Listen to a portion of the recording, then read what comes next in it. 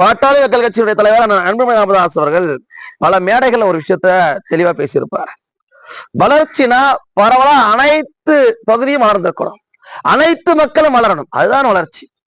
ஏதோ ஒரு சாரார் மட்டும் வளர்வது என்பது அது வீக்கம், அது வளர்ச்சி இல்ல. ஒரு பகுதி மட்டும் வளர்வது என்பது அது ஒரு வீக்கம், அது வளர்ச்சி அல்ல. அது கொடிய கேன்சரை போலான ஒரு கட்டி, அதை அகற்ற வேண்டியது கூட அவசியம். இன்னைக்கு கலைஞர் கருணாநிதியினுடைய குடும்பம் லட்சம் கோடிக்கு அதிபதியா இருக்கு, மாறன் சகோதரர்கள்.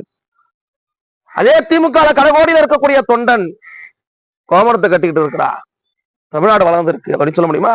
அது ஒரு வீக்கம். மாறன் குடும்பம் வீங்கி இருக்கு, திமுக அடிமட்ட தொண்டன் வீழ்ச்சி அடைஞ்சிட்டு இருக்கா. அப்படியான ஒரு உதாரணத்துக்கு சொல்றேன். வளர்ச்சி என்பது அனைத்து தரப்பட்ட மக்களும் வளரணும், அதைத்தான் அப்லிப்ட், அதாவது அவர்களை மேலோக்கி கொண்டு வரணும், அனைத்து தரப்பட்ட மக்களையும் மேலோக்கி கொண்டு வரணும். அதற்காகத்தான் சமூக நீதி